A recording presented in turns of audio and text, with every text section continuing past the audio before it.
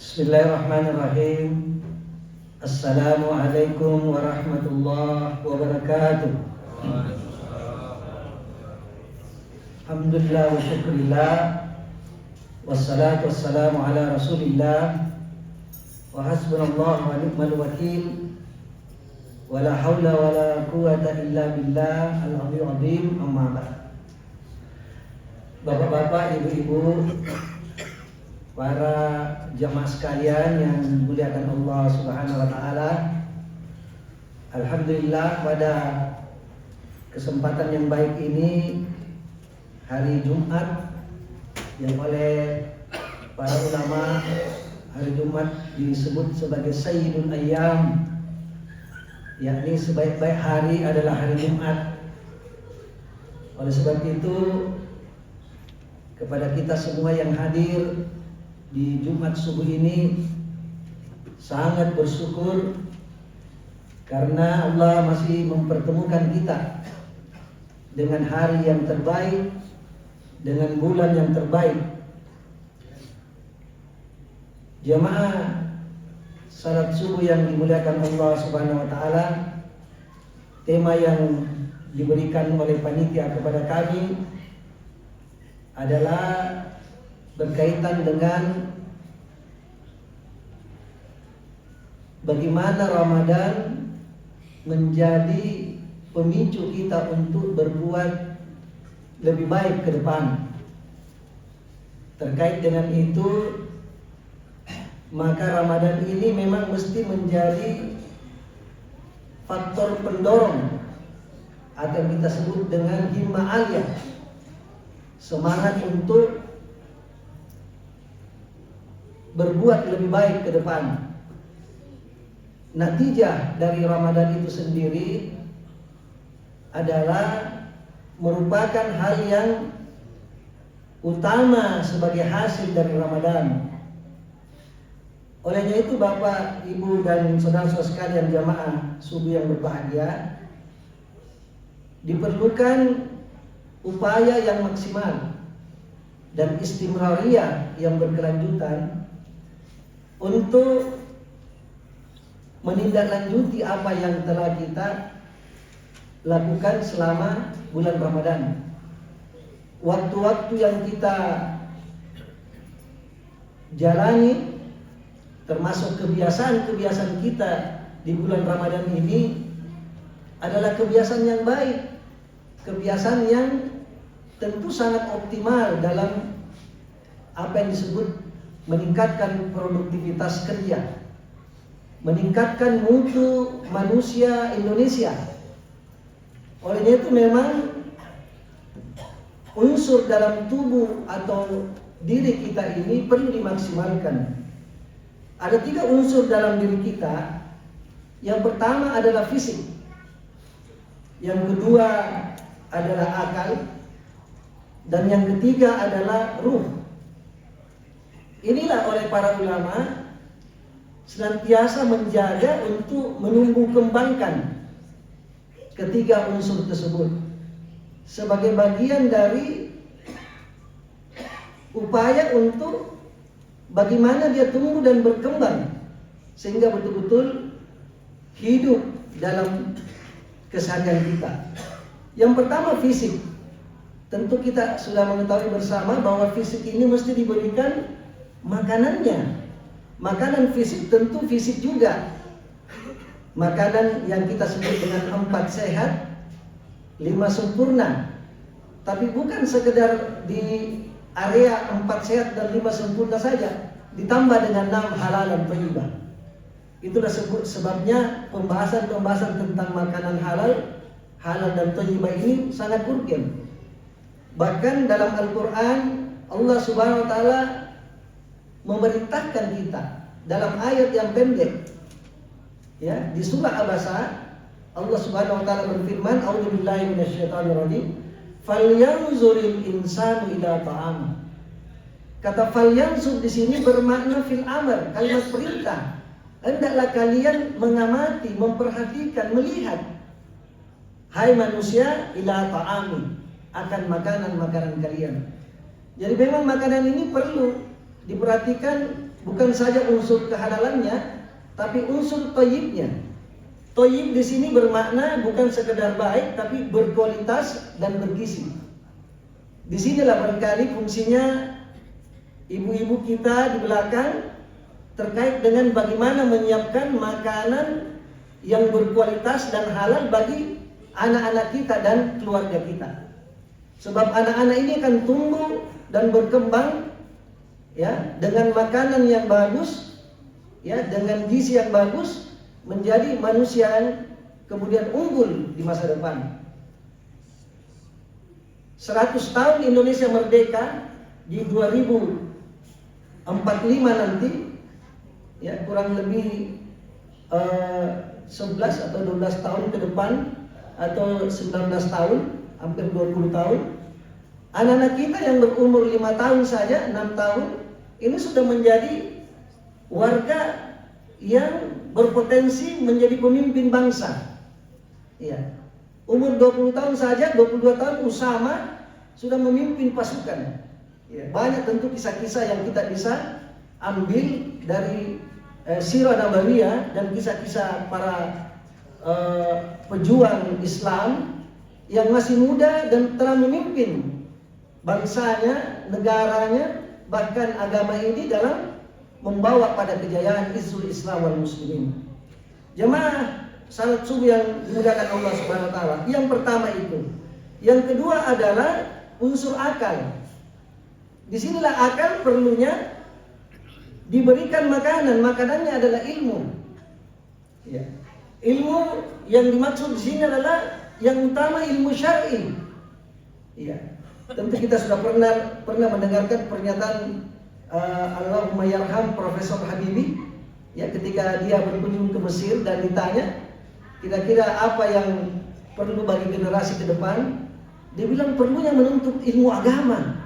Padahal beliau ini sudah di puncak akademik yang tinggi, sudah profesor, sudah menemukan berbagai penemuan-penemuan di pesawat terbang, ya. Beliau malah digelar dengan crack, ya, jadi yang menemukan patahan itu dalam pesawat. Tapi dia mengatakan bahwa menuntut ilmu syar'i ini yang utama, karena inilah yang akan membawa kita pada kebaikan di akhir daripada kehidupan kita di dunia. Bahkan tentu berkaitan dengan ilmu ini, Al-Quran sangat memperhatikan, sangat memprioritaskan. Ketika kita memperhatikan nuzul Quran, peringatan nuzul Quran, maka yang menjadi fokus adalah bagaimana Rasulullah SAW mendapatkan wahyu yang pertama dengan Iqra. Iya, 5 ayat. Iqra bismi rabbikal ladzi khalaq, khalaqal insana min 'alaq, Iqra wa rabbukal akram, alladzi 'allama bil qalam, 'allamal insana ma lam ya'lam. Kalimat yang pertama ketika beliau dipeluk oleh Jibril dikatakan Iqra, bacalah. Rasulullah mengatakan waktu itu, ma'ana bikari, apa yang saya mesti baca? Maka dilanjutkan, Iqra bismi rabbikal ladzi khalaq. Bacalah dengan nama Tuhanmu, ya, yang menciptakan kamu. Nah, inilah mungkin untuk generasi muda kita ini, bekal-bekal ilmu syar'i ini sangat diutamakan. Yang ketiga adalah unsur ruh. Ya, ruh juga ini mesti dipadukan. Apa makanannya ruh? Makanannya ruh adalah zikir. Zikir ini adalah menjadi faktor utama, sehingga sekarang ini mungkin banyak kita menyaksikan akalnya jalan, tapi ruhnya mandek. Akhirnya dia mengalami degradasi spiritual, mengalami sesuatu yang kelihatan dia berada di atas angin, tapi kosong, hampa dalam dirinya. Nah, ini adalah ciri-ciri dari manusia modern saat ini. Maka 3 hal ini sangat utama, sangat penting kita perhatikan jamaah sekalian. Insya Allah pembahasan kita ini mudah-mudahan sampai surut, dan tentu kita tahu fadilah salat 2 rakaat setelah surut insya Allah adalah mendapatkan pahala umroh dan haji. Ya, ini utama sekali. Mudah-mudahan kita bersabar dalam kajian subuh hari ini. Kemudian Bapak Ibu jamaah sekalian yang berbahagia, bagaimana supaya ini berjalan? Maka perlu pembinaan yang istimrariyah. yang kita istilahkan dengan pembinaan yang berkelanjutan melalui sistem istilahnya pembinaan tarbiyah Islamiyah, ya, pembinaan yang komprehensif. Ada 3 sifat atau unsur yang perlu diperhatikan dalam tarbiyah ini. Yang pertama adalah istimrariyah, ya, jadi berlanjut, tidak mandek. Yang kedua adalah unsur syumuliyah, syamil wa kamil. Syumuliyah artinya menyeluruh, jadi tidak terpotong-potong. Yang ketiga adalah sifat tarbiyah itu sendiri adalah ilahiyah wa rabbaniyah, ya, berorientasi pada mengetahui sifat-sifat ilahiyah dan Rabb Allah Subhanahu wa taala. Maka pembinaan ini sangat dibutuhkan di zaman sekarang. Ya, bukan sekadar pembinaan yang formal yang kita lihat di sekolah, di kampus, tapi juga mesti dipadukan. Kita menyaksikan atau melihat di zaman lalu, di samping orang-orang misalnya belajar secara formal, juga namanya ada dulu sekolah Arab. Ya, jadi sekolahnya selesai pada waktu siang, maka sore sampai malam itu namanya sekolah Arab. Ya, bahkan para pendiri bangsa ini seperti Allahumma yarham Muhammad Natsir yang merupakan pendiri Dewan Dakwah Islamiyah Indonesia DDII, itu menjalani itu. Ya, bahkan melanjutkan dengan pembinaan. Bayangkan beliau itu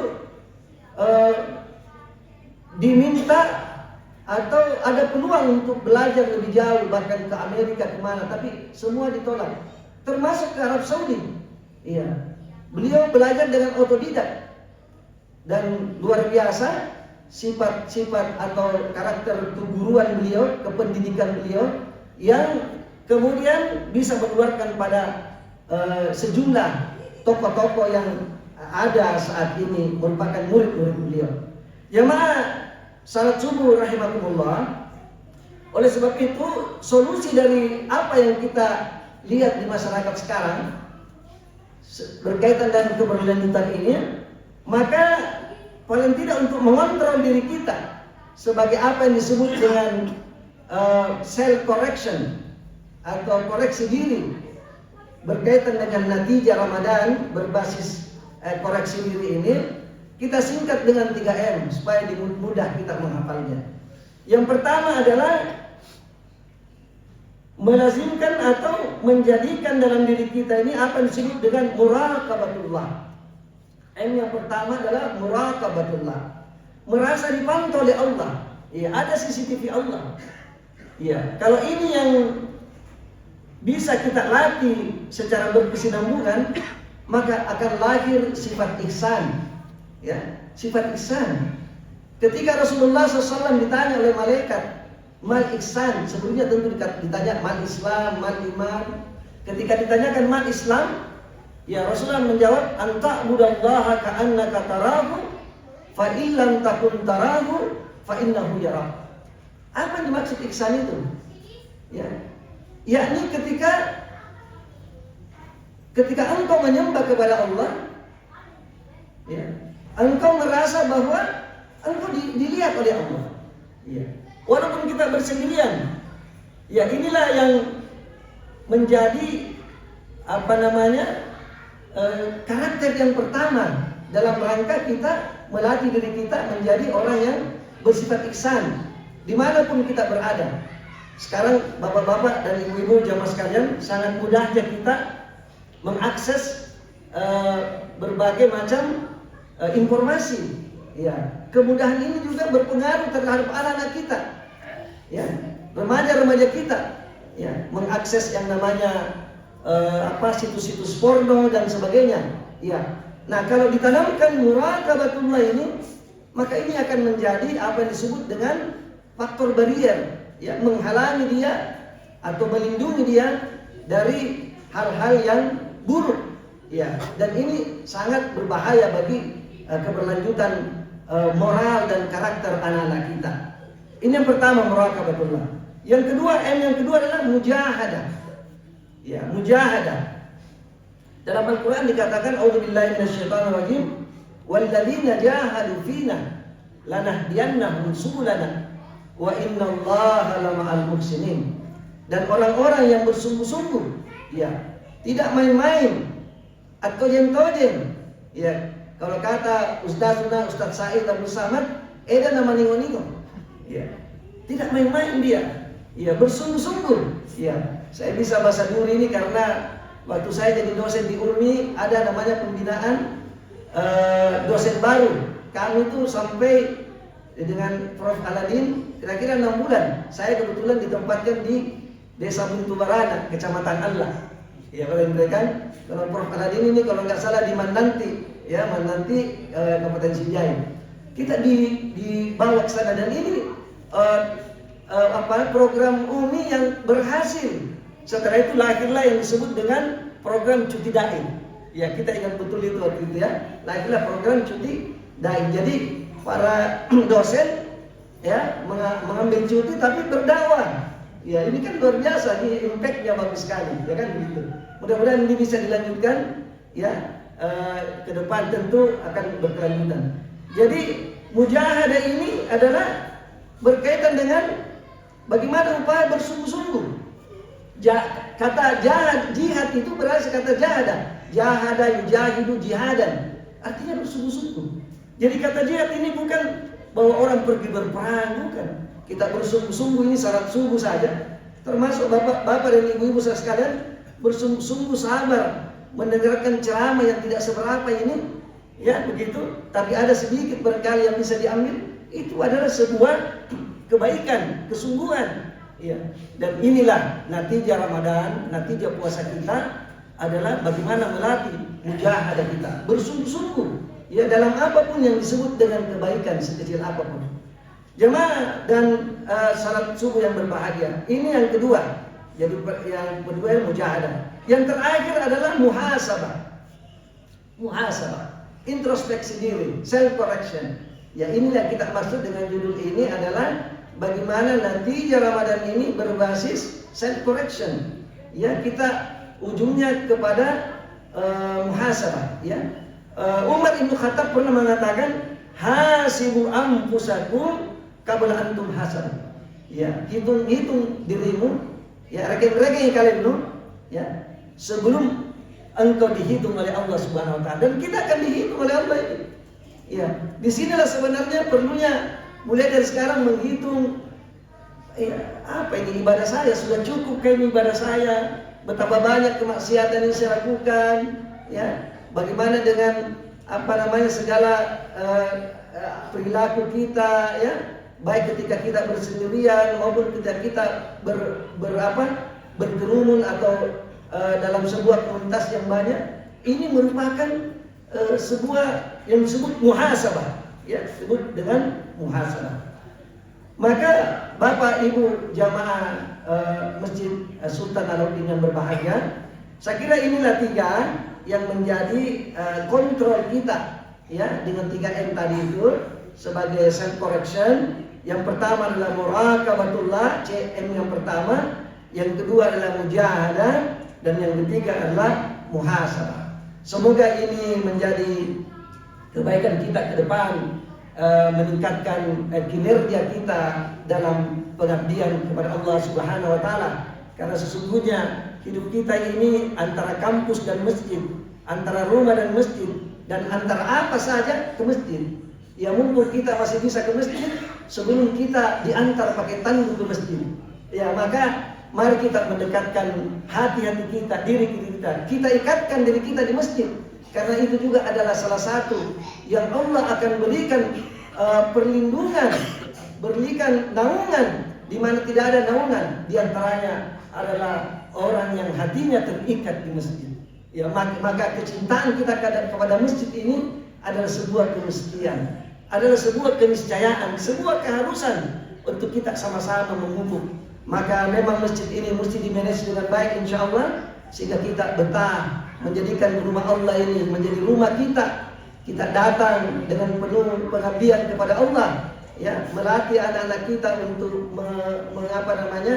menjadikan masjid sebagai tempat yang nyaman, ya, istilahnya masjid ramah anak misalnya, atau masjid ramah musafir, ya, dan sejumlah rama yang kemudian orang betah di dalamnya.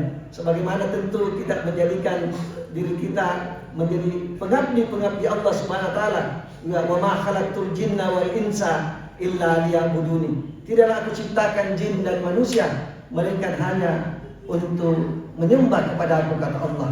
Semoga ini menjadi kebaikan kita ke depan dan berberkah bagi kita semua. Dan mari kita tutup dengan doa kifarah majelis. Subhanakallahumma rabbana bihamdik nasyhadu an la ilaha illa anta nastaghfiruka wa natubu ilaik. Wa akhiru da'wana alhamdulillahi rabbil alamin. Assalamualaikum warahmatullahi wabarakatuh.